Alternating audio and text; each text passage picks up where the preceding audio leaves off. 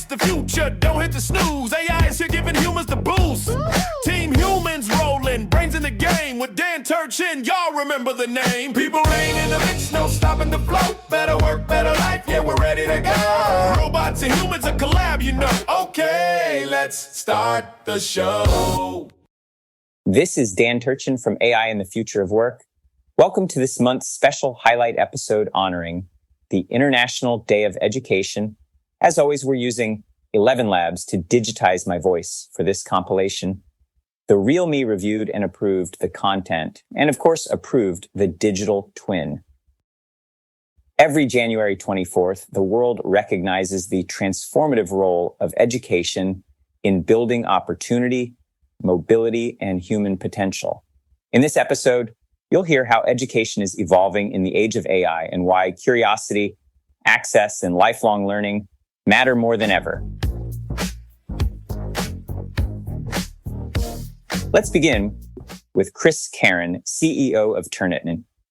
Chris reflects on how AI is reshaping academic integrity, assessment, and the meaning of original work in education.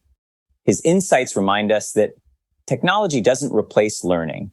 It reshapes how students think, write, and build knowledge. The relationship between higher education and AI is, I'd say, complicated is probably a good word to use. A lot of the innovation comes from, AI innovation comes from academia, and yet, it vastly accelerates or tempts academics to plagiarize. It's certainly a catalyst for doing research. Yeah. You're on the front lines. What would you say? How would you describe the kind of prevailing attitude in higher ed toward AI? It's super complicated, meaning when students graduate into the workforce, there's an expectation by employers that you know how to use LLMs to get work done or to make work better, whether it's analyzing financials, writing a memo, creating images for a marketing job. But at the same time, educators place a lot of value on writing as a way to develop critical thinking skills, analytical skills, communication skills. So there's this dichotomy between using AI as an expert of the technology when you graduate, but through a lot of higher education, even high school, many faculty members and teachers want students doing their own writing because it's more about the learning and skills that get developed by writing versus simply the end product quality. We have a bunch of demands from educators to adopt that spectrum of beliefs across different assignment types, to provide the different tools required to understand the role the student had in a piece of writing versus the role of either outside sources or, to your point, the use of an LLM. But the biggest kind of summary I would say is at the current time, and my view is in 5 years, it'll be largely the same. You're going to have assignments where it's use anything you want, including ChatGPT 3, 4, 5, 6, to use LLMs, but be very clear what part of the paper you wrote versus it wrote.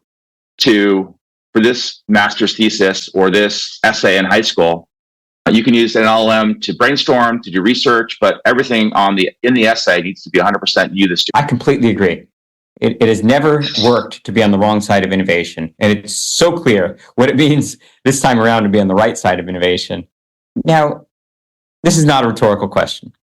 Sure. In the past, plagiarism has always existed. It's existed for centuries, or the threat of it. And we've had things like honor codes. We've had things like requirements to cite your source. In fact, at our alma mater, we could take our finals anywhere we wanted. Mm-hmm. And there was a social contract that you knew that, to be part of that academic community, you weren't going to violate the honor code. Why is it different this time around? That kind of social contract, is it just so much easier to violate, or are people fundamentally changing? What's different this time around?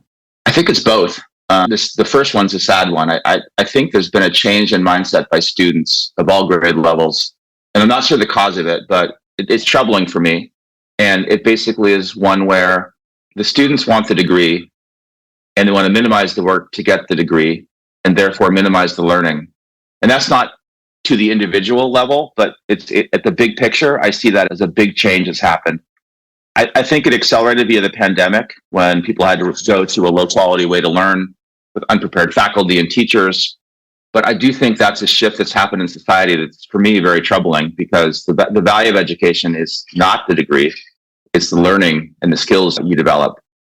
Yes, AI has made it easier to have your problem set done by a shortcut, your essay written by a shortcut, or your test taken by a shortcut. But the bigger thing for me, which I'm concerned about, is this mentality shift away from the learning towards simply the credential. I think it requires teachers for higher ed, your middle school teachers, primary school teachers, high school teachers, to instill in students what matters most, which is getting the knowledge, getting the expertise, because that's what matters in terms of career success and career impact. It's not about your credential, where I went to school, etc. Those things become a lot less important. AI enables more shortcuts for sure, to your question, but I think the bigger problem is the mindset of students is drifting towards less value in learning, more value in just the degree.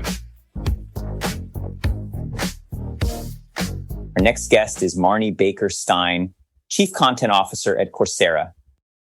Marnie explains how digital learning is expanding global access to high-quality education. She shares how online platforms create new pathways for skills, credentials, and career mobility, especially for learners who were previously excluded.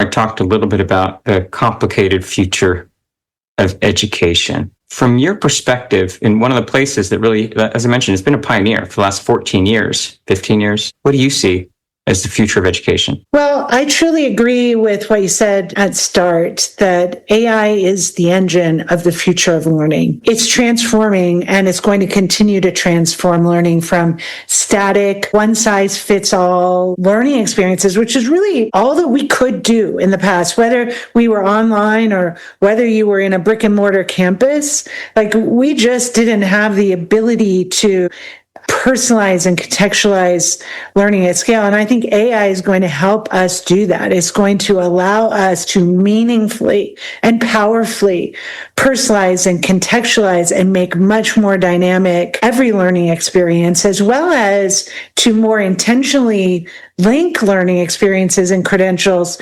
to what's going on in the world, what's going on in the job market, in ways that just were, we couldn't even fathom even just 2-3 years ago. So let's say, for the sake of conversation, there are 3 key types of constituents when we talk about the future of learning. There's the learner, obviously. There's the educator. And then let's say there's the institution who's providing the content or the framework. I would go out on a limb and say every human is a stakeholder in one of those 3 categories. Maybe if you could, take each one, if that would be okay, and talk about what we should expect to see change.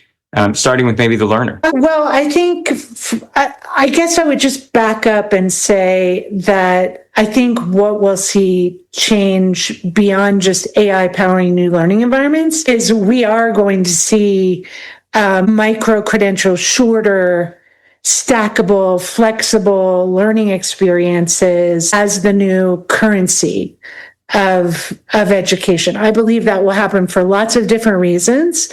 And I think that will be actually a really powerful change in the future. So how does that impact learners?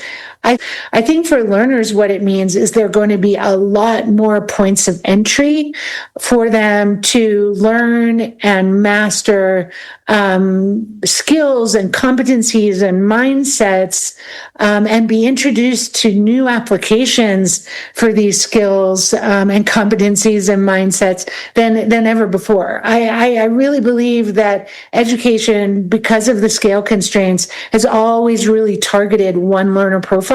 I think there's going to be room for a lot more learner profiles into the future. I'm truly excited about that.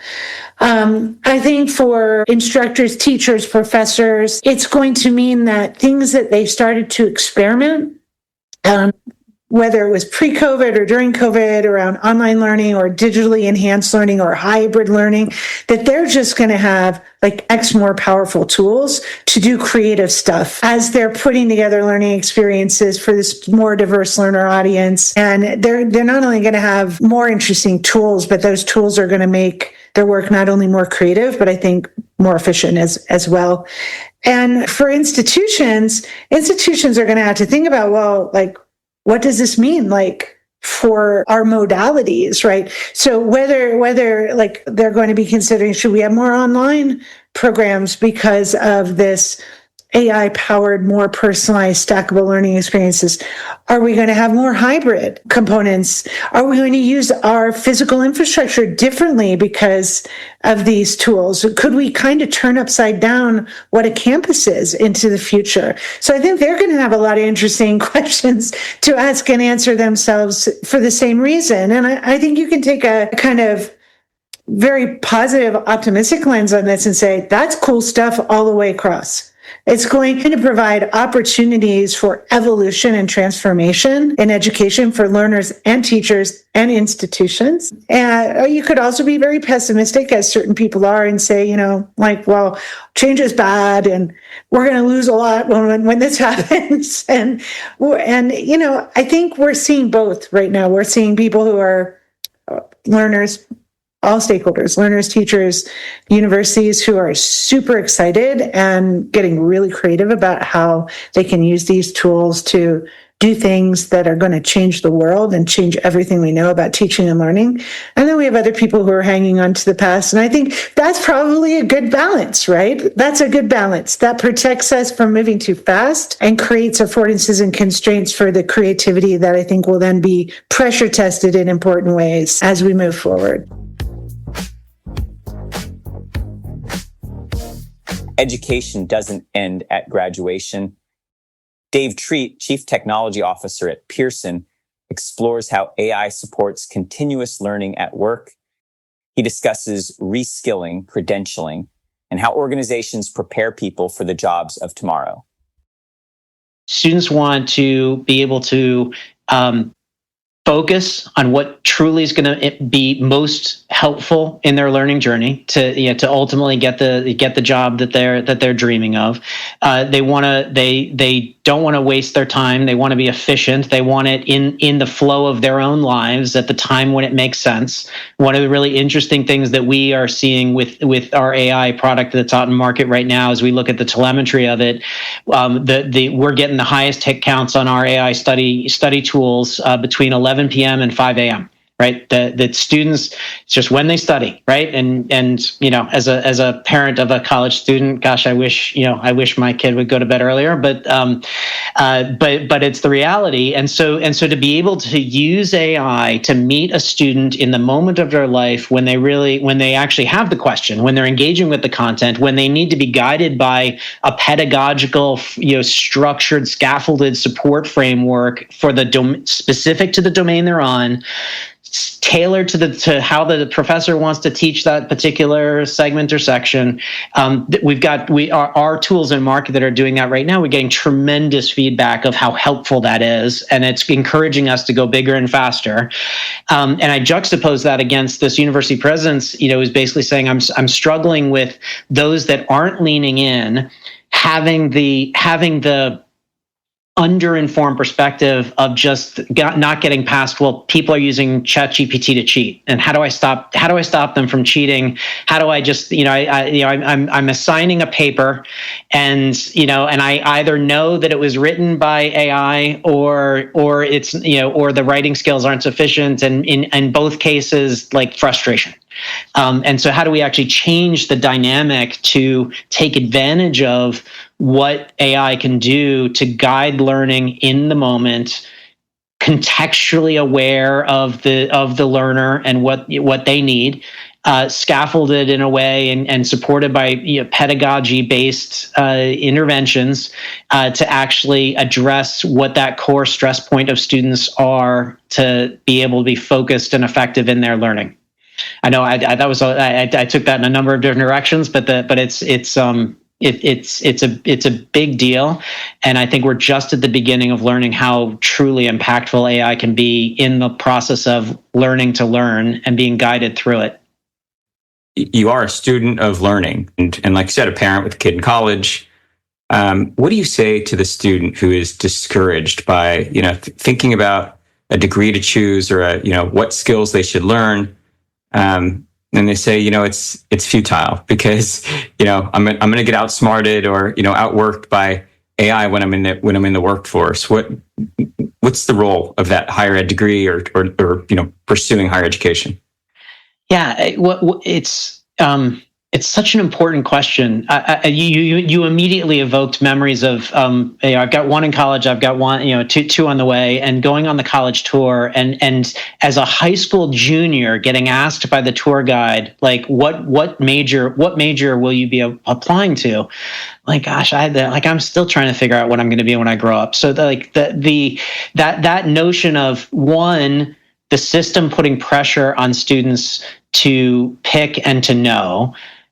Two, then the broken process that featured in the piece that we put out in this winter called "Lost in Transition," where right now we've got a broken dynamic of the slingshot model of education that we've lived in, which is I'm gonna pick a major, I'm gonna learn everything I need to, and then I'm gonna slingshot my way through a career based on all of the knowledge I acquired in school, like. That doesn't work, and more so every day. And so when you put the pieces together of a structure of education that's not painting the clear pathways to careers, the changing nature of how AI and innovations changing those careers and changing the skills needed to be successful in those jobs and careers. This is a big part of our focus right now. Is actually we again are in a privileged position. We bought a company a few years ago called Fathom. It has a skills ontology where we're constantly updating that mapping of what skills are required, not just for which job, but tasks within jobs, and having that as a framework against which then we can have the guided learning and the exploration for a student to understand, okay, these are the skills I've developed so far in these content areas and domains. What doors and career pathways has that unlocked? What would I need to learn to be able to pursue this part of my dream? And then having a much more deliberate pathway to get there. We want to give students that confidence with this set of tools, and we're integrating these things more and more every day. So we have a huge early career focus to our business that is really looking at that. Again, that Lost in Transition report talks about that skills gap that we have today, where it's not well enough understood as to we're the frustration from employers that there's a shortage of people with adequate skills for how the jobs are changing, and the imperative that puts on the learning, that the higher education and even K through 12, learning experiences. We can do a much better job, and this is our focus of painting that clear picture of skills to job and skills to your context, and then learn from your current context into that job, and learn along the way, knowing that you're going to be in a lifelong of learning to follow. Our next great former guest comes from higher education leadership. Dave Marchick, Dean of the Kogod School of Business at American University, reflects on the social impact of education. He highlights how learning shapes civic responsibility, leadership, and opportunity across generations. In the opener, I talked about, call it the challenging relationship that academia has with AI. Now you're the Dean of the Business School, Kogod, American University. What's Dave Marchick's perspective on AI and academia? Friend or foe?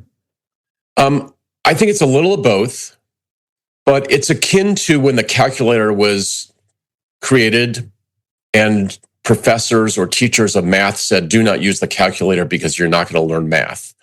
Or when Excel became ubiquitous and professors would say, don't use Excel because you're going to lose your ability to enter data into a ledger. So I think that many in academia, frankly, have their head in the sand about the changes that this technology is going to bring to everything that everyone does in every domain, very much like what you said in the opener.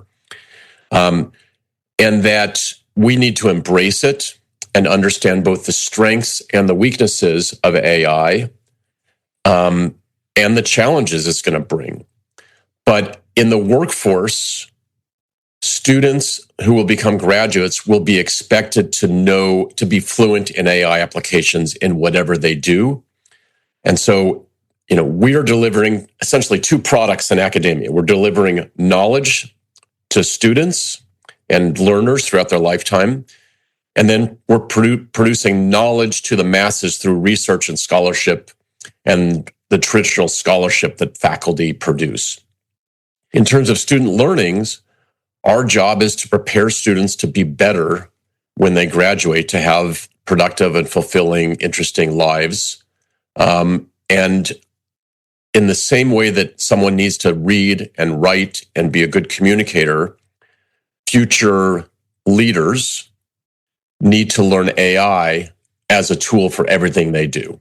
And that's the way we've embraced it. And at my school, I would say I now hear from deans and college presidents and leaders across the country, and many schools are struggling with this. I heard from a leader of a major, highly ranked public university last week who said they put out a call for faculty to embrace AI in the classroom. And this is a large public university. They got one faculty to say, I'm charging ahead. So in many parts of academia, the mandate is still do not use AI. It's cheating. And I would say that is putting your head in the sand. We agree in that respect. And I want to know, so take us inside, the rooms where the decisions are getting made about curriculum. And, you said it yourself, academia moves slowly. Presumably, a lot of your faculty are kind of set in their ways. You have the power to intervene. You clearly have an opinion. How do you navigate that conversation with faculty members who may not be ready for it? So let me tell you the story of why we did this. And this was totally accidental. And like you, Dan, in your career, you come up with an idea, but then you're running an organization and then you pivot. And so we had two speakers in the academic year 2 years ago. We had Kent Walker and Karan Bhatia from Google, who basically said AI is going to be as profound as electricity or fire. And I said, okay, maybe that's hyperbole, but let's assume it's going to be big. And then we had a CEO of a venture capital firm named Brett Wilson, who runs a venture capital firm in San Francisco that only invests in AI. You may know Brett. And a student asked Brett a question after his presentation, said, am I going to be replaced by AI? And Brett said, you won't be replaced by AI, but you could be replaced by someone who knows AI if you don't. And so a light bulb went off in my head right at that moment. And I said, we got to embrace this. We have to run, not walk. So I went to my faculty and I said, we need to drive this throughout our curriculum. And they said, great, let's form a committee. And I did like an eye roll. I'm like, okay, this is going to be a typical academic committee. It's going to take 2 years to produce a 100-page report and nothing's going to happen. So I said, great, you have 6 weeks and give me no more than 5 pages. And the faculty came back with a fantastic proposal, which said, let's infuse AI into everything we do. American University is not going to produce engineers or computer scientists like Stanford or MIT. That's not our niche. We're producing business leaders who go into marketing and finance and accounting. And so let's infuse AI into everything we do, starting with the first day that students come for the orientation, ending with the highest level graduate courses and everything in between. Finally, we turn to Gary Bowles, author chair for the Future of Work at Singularity University and global speaker on topics related to the new labor economy. Gary challenges us to rethink education as a lifelong process. He explains why problem-solving, adaptability, and curiosity are the real skills of the AI era, and how learning ecosystems must evolve to support them. Will there be a time when, as employees, we are essentially amalgamating careers by sharing skills with a variety of employers, and the organizations, instead of looking kind of monolithic like today, they're really loose-knit collections of employees sharing unique skills? So that is certainly what I think is going to be an increasingly common use case for work. So think of the traditional employee role as one use case, only one employer, one job, one location, one paycheck. But increasingly, what happens is a young person comes out of college, and sure, they might get they're out of vocational school or high school, and they might get a day job.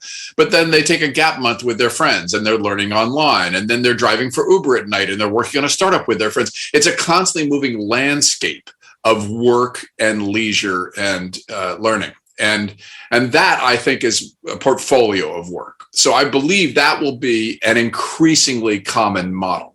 Parents ask me all the time, why won't my son or daughter, why won't they get a real job?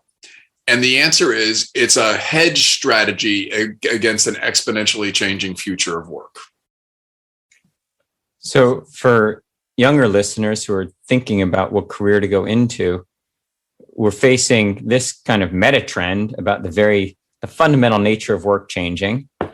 And we're also facing potential competition from automation. So it's a confusing time to be a kid in college and trying to figure out what you want to be. Yeah. What's your advice about the skills that kids in college should be learning now that will, succeed the test of time? So first off, I ask again for parents, for students, and then for educators and administrators in colleges to all have a mindset shift. And the first step is to dial down the temperature on the importance of that near-term decision. That window of the young adult launchpad of the 18 to 22-year-old, if instead we think of it as simply your first real relationship with work, but your relationship with work is going to keep on changing in all likelihood. Now, there might still be some jobs where you can get trained in school and then you're going to be in the same field and have a very similar job for decades. But that, again, is an increasingly less likely use case for work. It's much more likely that your relationship with work is going to keep on changing on a dynamic basis. And that's going to happen for two reasons. It's going to happen because the landscape of work itself is changing. And it's going to happen because you, as an individual, as a human being, have this wide range of skills and capacities and interests that you can continually explore. So step one, dial down the temperature. Don't get so over-indexed on the belief that you need to have this incredibly critical time of your life that you learn everything you need to be able to have a career in the future. Instead, think of it as one phase. The second is to be thinking about less of the knowledges that we had to gather in the past and much more on what I call the flex skills. So the know skills, those bodies of knowledge, the more and more information is going to be learned just in time and just in context. That is, you're going to look at your digital distraction device and watch YouTube videos and solve the problem that's right in front of you. And you're going to do that while you're solving the problem, just in time and just in context. But those flex skills, those skills that are usable in a range of situations, there's hundreds of them that each of us have, from collaborating to critical thinking to analyzing problems. If I have to pick four, I call them PACE. We need to all become problem solvers who are adaptive, creative, and with empathy. Problem solvers, because as my father found with What Color's Your Parachute, if you present yourself to a potential hirer as a problem solver, you're far more likely to get hired. Adaptive, because there's nothing in life that's certain but exponential change. And we clearly saw that in the Great Reset. Creative, because that's what's going to keep you ahead of robots and software. And with empathy, because it is your capacity to be able to empathize with the needs of a customer, with the needs of society, that will allow you also to stay ahead of the robots and software and to be able to continually have your own North Star in the kinds of problems that you most want to solve. Education has always been a bridge to possibility. Today, AI is accelerating how we learn, where we learn, and who gets the chance to participate. From academic integrity to lifelong reskilling, one theme is consistent. When learning remains human-centered, technology becomes an enabler, not a replacement. If any of these insights inspired you, listen to the full episodes. Links are in today's show notes. And if you know anyone curious about how AI is changing education, share this episode with them or leave a comment with your perspective. Thanks for listening to this International Day of Education special edition of AI and the Future of Work. Until next time, keep growing, leading, inspiring, and learning. Yo, it's the end of the show, time to power it down. AI's the sis, but humans wear the crown. Team Human in the house, got the vibe so clever. Dan Turchin from People Rain, making us better. We learned about AI for humans. We're ready to conquer the future, that's all for now. See you next time.